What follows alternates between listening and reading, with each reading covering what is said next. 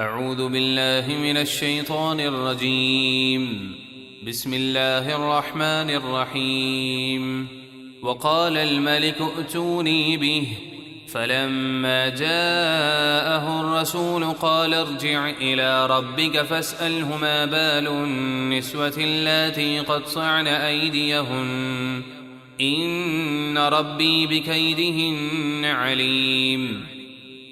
اور بادشاہ بولا کہ یوسف کو میرے پاس لے آؤ، تو جب ان کے پاس قاصد بادشاہ کا پیغام لے کر آیا تو انہوں نے فرمایا اپنے بادشاہ کے پاس واپس جاؤ، پھر اس سے پوچھو ان عورتوں کا کیا حال ہے جنہوں نے اپنے ہاتھ کاٹے تھے، بے شک میرا رب ان کے فریب کو خوب جانتا ہے۔ چنانچہ قاصد نے واپس جا کر بادشاہ کو یہ سب بتایا تو بادشاہ نے ان عورتوں اور عزیز مصر کی زوجہ زلیخا کو اپنے دربار میں بلوایا۔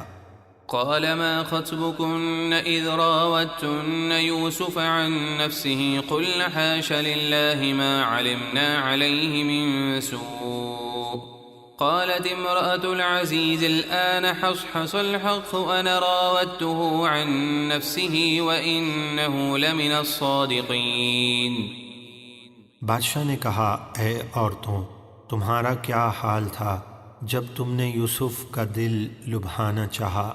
وہ بولیں اللہ ہر عیب سے پاک ہے، ہم نے ان میں کوئی برائی نہیں پائی۔ عزیز مصر کی زوجہ زلیخا بولی اب اصل بات کھل گئی، میں نے ہی ان کا جی لبھانا چاہا تھا اور بے شک وہ سچے ہیں۔ ذلك ليعلم أني لم أخنه بالغيب وأن الله لا يهدي كيد الخائنين۔ یوسف نے فرمایا یہ میں نے اس لیے کیا کہ عزیز مصر کو معلوم ہو جائے کہ میں نے اس کی غیر موجودگی میں کوئی خیانت نہیں کی، اور اللہ خیانت کرنے والوں کے مکر کو چلنے نہیں دیتا۔ پھر یوسف علیہ السلام نے اللہ کی بارگاہ میں عاجزی اور انکساری کرتے ہوئے عرض کی وما أبرئ نفسي إن النفس لأمارة بالسوء إلا ما رحم ربي إن ربي غفور رحيم۔ اور میں اپنے نفس کو بے قصور نہیں بتاتا، بے شک نفس تو برائی کا بہت حکم دینے والا ہے، مگر جس پر میرا رب رحم فرمائے وہی بچ سکتا ہے، بے شک میرا رب بہت بخشنے والا نہایت مہربان ہے۔ وقال الملك ائتوني به استخلصه لنفسي فلما كلمه قال إنك اليوم لدينا مكين أمين۔ اور بادشاہ نے کہا انہیں عزت و تعظیم کے ساتھ میرے پاس لے آؤ کہ میں انہیں اپنے لیے خاص کر لوں۔ پھر جب بادشاہ نے ان سے بات کی تو کہنے لگا بے شک آج آپ ہمارے یہاں معزز قابل اعتماد ہیں۔ پھر بادشاہ نے درخواست کی کہ آپ اپنی زبان مبارک سے خواب کی تعبیر سنائیے۔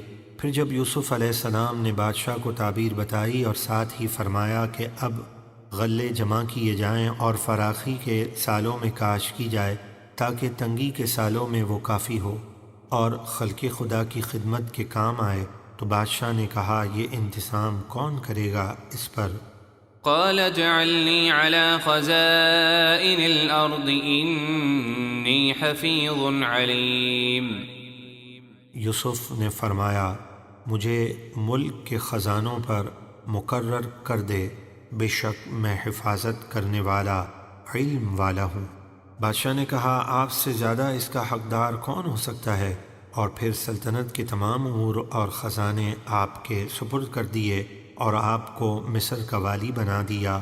اللہ فرماتا ہے وكذلك مكنا ليوسف في الأرض يتبوأ منها حيث يشاء نصيب برحمتنا من نشاء ولا نضيع أجر المحسنين۔ اور اسی طرح ہم نے یوسف کو اس ملک میں اقتدار عطا کیا، وہ اس میں جہاں چاہیں رہیں، ہم اپنی رحمت سے جسے چاہتے ہیں نوازتے ہیں، اور ہم نیکی کرنے والوں کا اجر ضائع نہیں کرتے۔ وَلَأَجْرُ الْآخِرَةِ خَيْرٌ لِّلَّذِينَ آمَنُوا وَكَانُوا يَتَّقُونَ۔ اور بے شک جو لوگ ایمان لائے اور پرہیزگار رہے ان کے لیے آخرت کا ثواب بہتر ہے۔ صدق اللہ العظیم۔